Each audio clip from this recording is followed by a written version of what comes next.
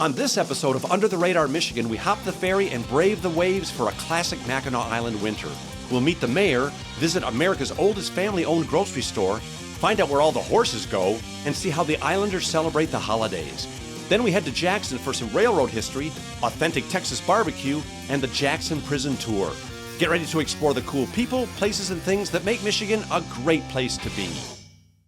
Under the Radar Michigan is brought to you in part by the Michigan State Housing and Development Authority, investing in people, places, and partnerships to help transform Michigan and the Michigan economy. In cities, towns, and neighborhoods, people are building better places to live and better communities. Also by the Susan G. Komen Race for the Cure. The Komen Race for the Cure series raises significant funds and awareness for the fight against breast cancer, celebrates breast cancer survivorship, and honors those who have lost their battle with the disease. More info at komen.org. Also in part by the Brides Project, a charitable bridal shop specializing in high-quality donated gowns. All proceeds help families touched by cancer at the Cancer Support Community of Greater Ann Arbor. Learn more at thebridesproject.org. Support for Under the Radar Michigan comes from Big Coffee, celebrating 17 years as a Michigan company. Gift cards, coffee mugs, and coffee by the pound are available in-store and online. Locations at biggby.com. Closed captioning for Under the Radar Michigan is made possible by Shamrock Travel in downtown Rochester. Shamrock Travel, providing complete travel services right here in Michigan for over 20 years. I've been around the world, but there's one place I keep coming back to. And the more I explore, the more I realize it's the place to be. I'm Tom Dalton, and this is Under the Radar Michigan.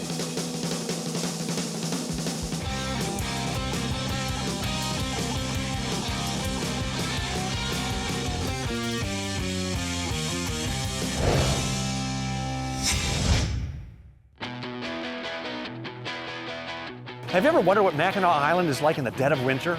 Me too. Come on, the boat's leaving.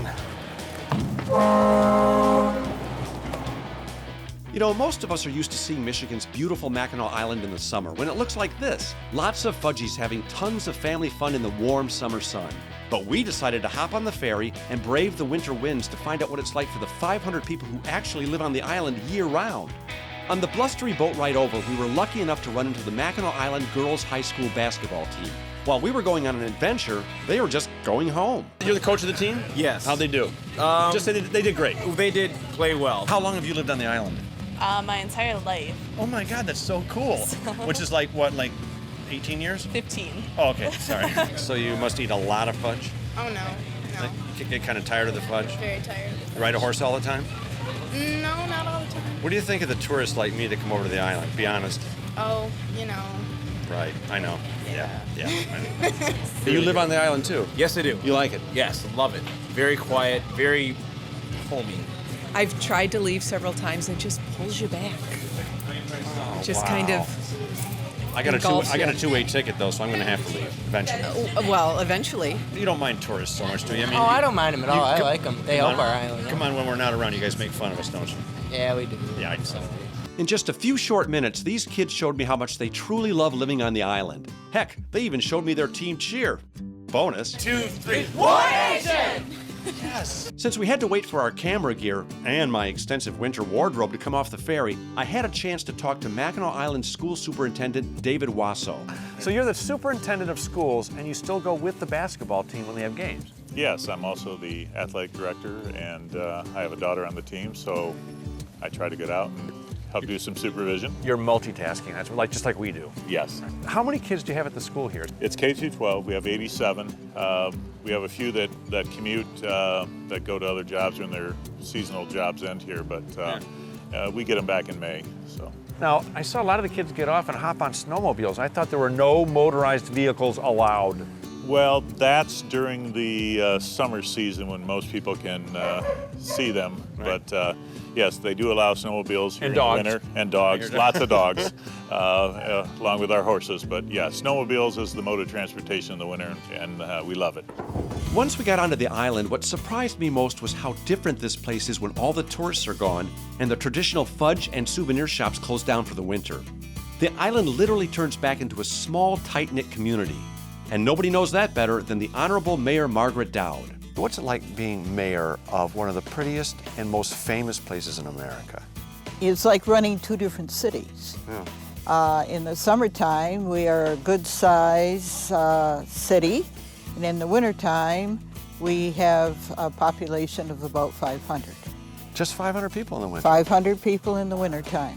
It must be nice when all the fudgies, like when we all leave the island, you become a community. Is it a chance Exactly. is it a chance for you guys to reconnect? It is. It is. We become a community again. Right. How long have you been mayor? Since April of 1975, and I have to run every year. Oh my gosh, you've been mayor for a while. They must like you here. Well, I try. What's the most challenging thing about being mayor? Well, I think the most challenging thing is keeping Mackinac the way we all know Mackinac. And we have to never lose sight of our historic beginnings, but also keeping our special ambience. We were lucky enough to be here for the annual Christmas Bazaar. In early December, almost the entire island shows up at the Old Town Hall to reconnect, eat good food, and raise money for the hospital and the school. It was warm, fun, friendly, and full of folks who have a great sense of community and humor. What are you guys serving here? What are you guys selling? Vodka. Vodka. Great. Is that made on the island too, the vodka? By the time we left, we really felt like we were part of a unique and very special family. We had a blast at the Bazaar, and I think they did too. Mackinac Island rocks! Now, if you're looking to come up and experience a real Mackinac Island winter, check out the Cottage Inn. It's right in town, and innkeeper Rich Lind will make sure you stay warm, fed, and have a ton of fun. You must be a hardy islander. You're not wearing gloves. Well, I'm a hardy islander now, but I wasn't always a hardy islander. My wife and I are from Grand Rapids, Michigan. Oh, nice town. And we moved here in '09 to run a bed and breakfast. What's it like being an innkeeper on Mackinac Island? In the summertime, it's crazy busy, but then in the wintertime, that's much more fun because you have guests that are coming up for a different experience. Right. Many people have experienced Mackinac Island in the summer, and they know what that's all about, but the winter is just unique. What's the most interesting thing that ever happened at the inn that you can talk about? They had a guest show up with his wife, and they were here for 2 nights scheduled. And they went down to Main Street, and they walked Main Street, and they came back, and they said, could we not stay our 2 nights because there's really nothing here for us? And that was amazing to me because there is so much here. I mean, 80% of the island is a state park. It's wonderful. You know, even this time of year when it's so quiet, there's so much here for me. Right. Yeah. So that was probably one of the strangest guest experiences. Well, obviously, they've never had the pleasure of hosting me and the crew. And just like any other overnight stay, first things first, a stop for provisions. Now, believe it or not, Dowd's Market is the oldest grocery store in the country. And Andrew Dowd is helping keep this historic family business alive and kicking. How do you even know that your grocery store is the oldest grocery store in America? Well, the way we know is we actually had a lawyer look into it, and what used to be the oldest grocery store was A&P. But yeah, we're America's oldest grocery store. Very proud of it. It's kind of very unique. Some guys who came along 3 years after us named Kroger, I guess they're doing a little better. Oh, than Kroger, us. yeah, that's right, the French pronunciation. But yeah, no, we started in 1884. It's an amazing accomplishment. You must have, over the years, heard some pretty cool old family stories from what it was like on the island years ago. You do. You hear all these crazy stories, but it's not that different now. As insane as those stories are, you know, today it's Mackinac's Mackinac. There's still no cars. You're still limited this time of the year to what we have. Your transportation prohibitive because, you know, we're going by a boat schedule, a plane schedule, and Mackinac's changed, but the more it changes, the more it stays the same. So what generation are you, Islander? I am the 5th generation of my family here, and I'm the 4th generation of Dowd's ownership here, so. I'm used to seeing this place full of people because I've never been here in the winter time before. This is a unique experience because in the winter, you can take a breath. Right, yeah, no, it is. It's a bittersweet, but after a couple years of getting used to that, you're like, all right, that's just how it is. But, you know, we're honored to be the grocery store on Mackinac Island, and it's important to the community, and it's important to the tourists that come here, and it's a real honor and privilege to have this business. After a great conversation with Andrew, I decided to stock up on some of the things any good TV show host needs when on the road. Dice. Gotta have some of those. Ah, flashlight. Check. Pineapple. Sweet.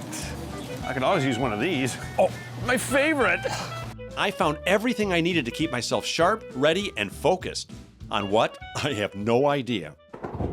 Now, you know me, I like to horse around, and there's no better place for horseplay or work than Mackinac Island. The horses here literally make this island run, and other than the bicycles, they're the only way to get around the island during the tourist season.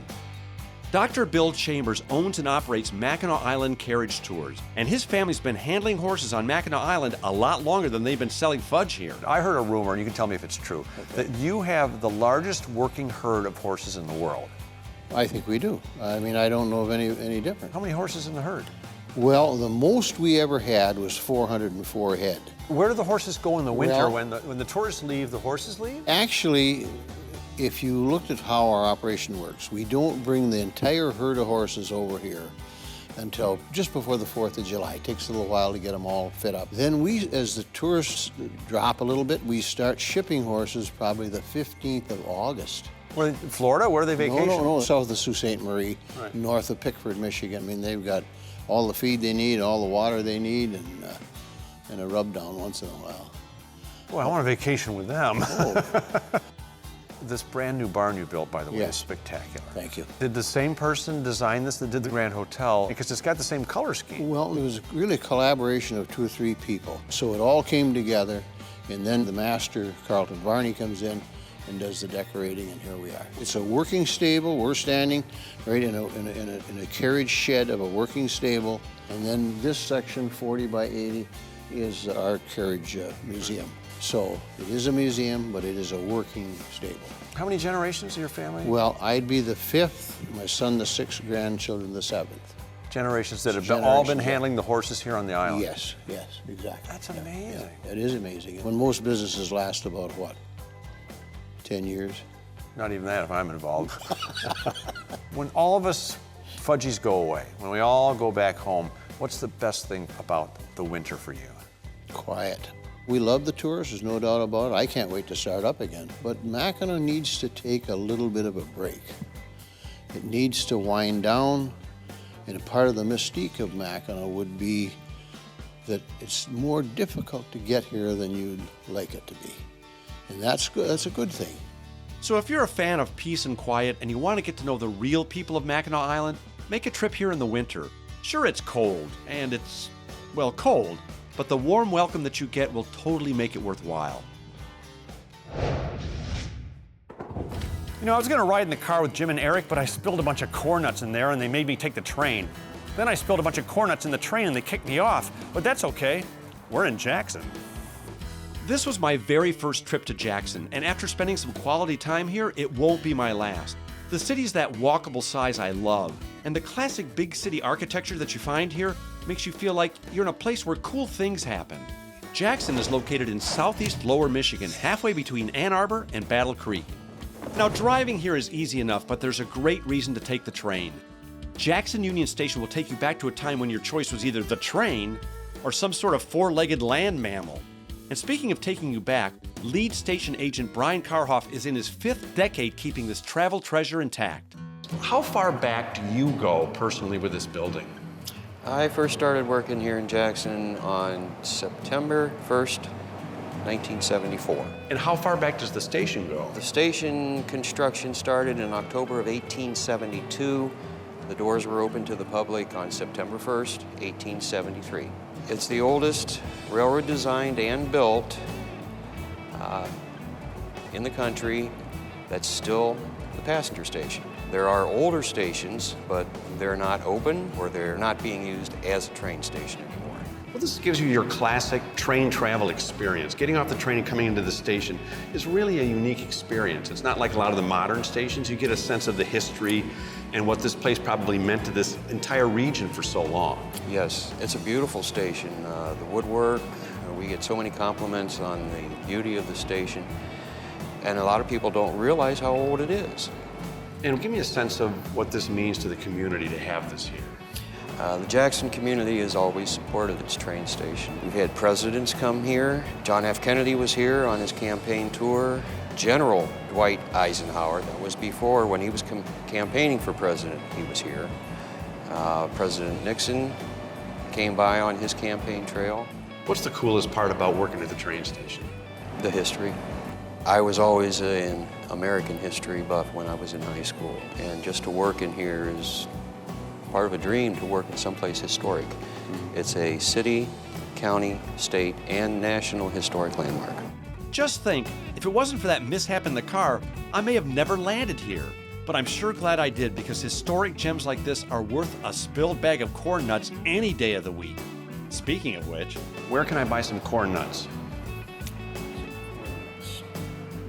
Think about it.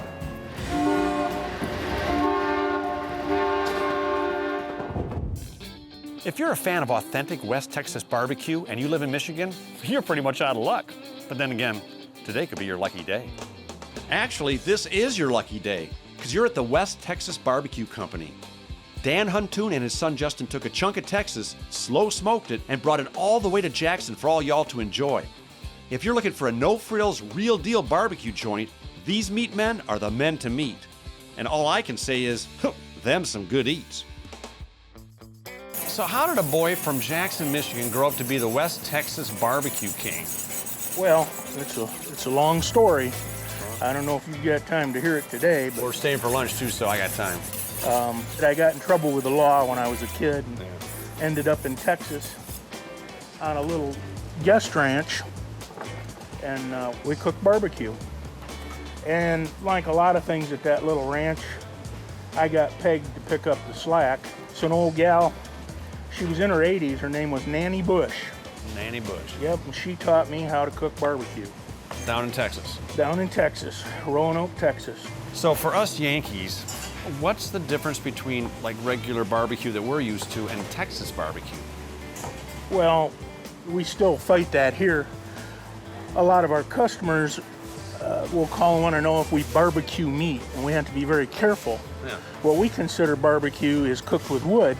You know, we put the dry seasoning on. That's what makes this nice crust on this brisket. And what they're talking about is chopped up meat in barbecue sauce like a sloppy Joe. Right. So that's the big difference. Now I notice there's a pink ring around the meat. What does that mean? That's a smoke ring. That's how you tell you're eating real barbecue. And it's smoked with you don't use charcoal or gas, you use real wood. No. Oh my gosh, Yeah, that looks so real wood. We use oak and hickory, a mixture of. Right. If you notice, this is pretty lean.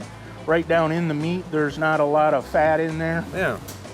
Well, once you get down in this brisket a little more, and by the way, that fat is the good part. Yeah. Don't tell my doctor, but yeah, I believe you. Fat is flavor. Now notice how Dan never takes his eyes off the meat. It's almost like you've done this before. A couple 100,000 times. You ever get tired of the smell? You don't even smell it. I sure after do. a while. Oh my gosh, it's intoxicating. It's like it's calling my name. And I saw in the back of Justin's shirt that you guys were voted best barbecue in Michigan? Yep, by MLive. That's a good vote of confidence from the people. Right. Jackson's not a big place. We got a lot of good customers here and a lot of good customers that come from elsewhere. What keeps you in Jackson? What do you love about this area? I was born and raised here. It's economical to do business here. You know, the property is not real expensive, and it's a good place to hide out, stay under the radar. Not anymore. What I love about this place is it's authentic. There's nothing fancy about it. It's real. It's like you'd see down in Texas. It's just like the places. That's what I patterned it after, and it's not a knockoff. We didn't try to make it look like one. It is. You know, people call them, they want to make reservations and they want to come to our restaurant. It's not a restaurant. It's an old-fashioned Texas barbecue joint. Yep. You know, it's hot brown and plenty of it, and it ain't fancy. As for Justin, well, we found him outside smoking. Meat, that is. Now, you actually moved away from You were in the Air Force, right? I was in the Air Force for over 8 years. And you travel the world. Did the barbecue bring you back, honestly? Oh, yes. I had to have barbecue rubs sent to Afghanistan when I was deployed so I could season up ribs and cook them for my friends. Your dad sent them to you? Oh, yeah. Yeah. Now, this is what? That's a brisket. That's a beef brisket. Well, how long does that spend in the oven there? This went in at 7 o'clock last night. So 16 to 18, sometimes even 20 hours. Is that a single serving? Oh, yeah. Yeah. Then you'll go into a food coma after that, definitely. That's fine with me. The people in Jackson must be thrilled that you guys are here, because we were just all saying on the crew, we wish we had a place like this where we live. I mean, do a lot of people know about you guys? We're still kind of a little bit of a secret. Even people that drive down the road, you know, they've known us as a catering business for over 25 years. So it is kind of a surprise that we do lunch. You know, our big marketing thing is having that fire down by the road. You know, people see that and that kind of draws them in. And boy, howdy, does it ever. By lunchtime, the parking lot was packed with cars, and this place was completely full of people, proving that, well, in the vernacular of the West Texas countryside, it don't get none not no better. Hee-haw. You know, most normal people are trying to stay out of prison, but then again, I never claimed to be normal. Now, the best way to go to prison, so to speak, and learn about Michigan's fascinating prison history is to take the Jackson Historic Prison Tour. And Judy Gale Krasnow is the warden of all things locked up in Jackson Prison's notorious past. So, Judy, I understand you're the person that can get me into prison. Yes, I can. You just take the Jackson Historic Prison Tour, and I can get you into prison in an actual cell. Ooh. I can close and open the door. Does the tour last 30 years? If you behave, no. I can be lenient, but if you don't, yes. So you're originally from Florida. What brought you to Jackson, Michigan? Okay, well, originally I'm from Connecticut. Oh. Grew up in New York, but then moved to Florida for 26 years. And being a storyteller, I was driving to a performance, clicked on National Public Radio at that precise moment. A report came about an old prison in Jackson, Michigan, being renovated into an artist residence.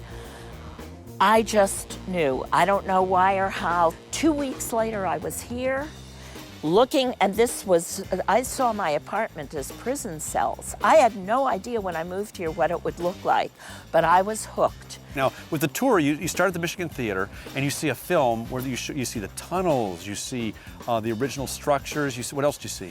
Well, I narrate the film, and being a storyteller, you hear the entire history of how Jackson came to have Michigan's first state prison. You hear stories of colorful characters like Hannibal the Bear, as his nickname was, and Silverjack Nichols, a real rascal, and about night keepers like John Purvis, and it's a storytelling tour, and you get the entire background of this prison up until its closing in 1934. The building behind us is the last remaining standing part of the original prison? Yes, it is. And it's turned into what? It's Armory Arts Village now. And the focus is on attracting artists to come.